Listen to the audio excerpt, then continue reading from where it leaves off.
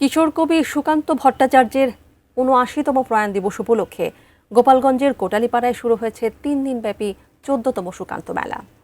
বুধবার বিকেলে অনশিয়া গ্রামে কবির পৈতৃক ভিটায় বেলুন ও পায়রা উড়িয়ে এবং ফিতা কেটে মেলার উদ্বোধন করেন সংস্কৃতিমন্ত্রী নিতাই রায়চৌধুরী। এরপর কবি সুকান্তের প্রতিকৃতিতে মোমবাতি প্রজ্বলন করা হয়। কবি ভক্ত, সাংস্কৃতিক প্রেমী আর এলাকাবাসীর পদচারণায় প্রাণবন্ত হয়ে ওঠে কবি সুকান্তের পৈতৃক ভিটা। আগামীকাল শেষ হবে ৩ দিনব্যাপী এই মেলা।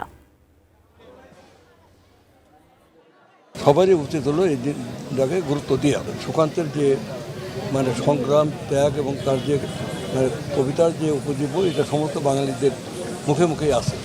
অতএব সেই কারণেই আমরা এটাকে আমাদের হেরিটেজ হিসাবে আমাদের একটা সাংস্কৃতিক মন্ত্রণালয়ে এটা আমরা অন্তর্ভুক্ত করব। প্রতি বছর যে মেলা, এই ঐতিহ্যটাকে ধরে রাখা। কবি সুকান্ত ভট্টাচার্য যে স্পিরিট ধারণ করতেন, যে জীবনী শক্তি ধারণ করতেন, এই শক্তিটা যেন আমাদের সবার মাঝে ছড়িয়ে পড়ুক।